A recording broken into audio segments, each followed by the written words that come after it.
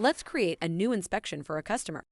To open the inspection window, click on New Activity and then Inspection. James is an old customer, so we can look them up using the search bar. Let's call this inspection Checkup. James wants a general inspection of his truck done.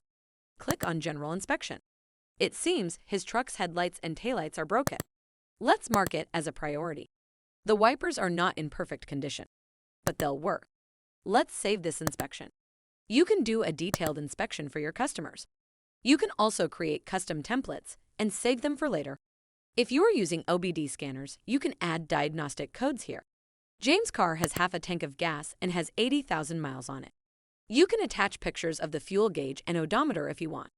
Do you have any additional notes from the customer? Add them here.